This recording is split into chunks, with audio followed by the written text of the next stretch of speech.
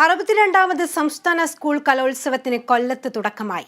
ആശ്രമം മൈതാനത്തെ പ്രധാന വേദിയായ ONV സ്മൃതിയിൽ മുഖ്യമന്ത്രി പിണറായി വിജയൻ വിളക്ക് തെളിയിച്ച് ഉദ്ഘാടനം നിർവഹിച്ചു.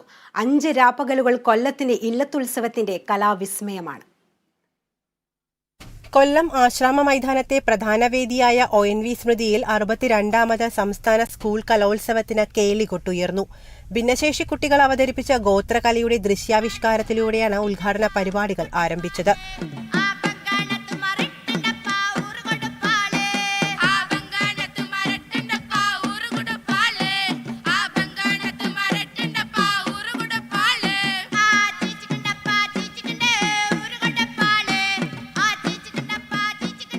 തുടർന്ന് പ്രശസ്ത സിനിമാ താരവും നർത്തകിയുമായ ആശാ ശരത്തും സ്കൂൾ വിദ്യാർത്ഥികളും സ്വാഗത ഗാനത്തിനൊത്ത് ചുവടുവെച്ചു.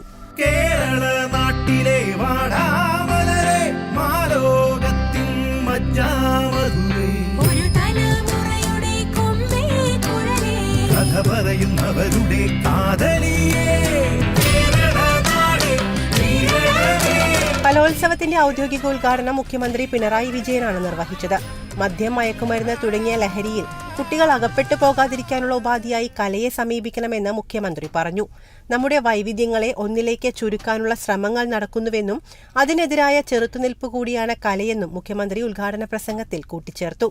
മദ്യം, മയക്കുമരുന്ന് തുടങ്ങിയ ലഹരികളിൽ കുഞ്ഞുങ്ങൾ അകപ്പെടുന്നില്ല എന്നുറപ്പുവരുത്താനും അവയുടെ പിടിയിൽ അകപ്പെട്ടുപോയവരെ അവയിൽ നിന്ന് രക്ഷിക്കാനും സഹായിക്കുന്ന ഒരു ഉപാധി കൂടിയായി കലയെ കാണേണ്ടതുണ്ട്.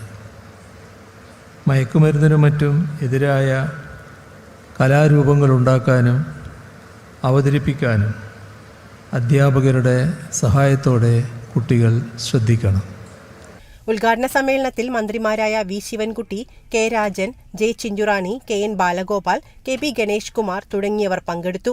സിനിമാ താരങ്ങളായ ആശാ ശരത്തും നിഖില വിമലും വിശിഷ്ടാതിഥികളായി. ഇനി 5 നാളുകൾ കൊല്ലത്ത് നടക്കാൻ പോകുന്ന കലോത്സവ പൂരത്തിനാണ് ആശ്രമ മൈതാനത്ത് തിരിതെളിഞ്ഞിരിക്കുന്നത്. കേരള വിഷൻ ന്യൂസ്, കൊല്ലം.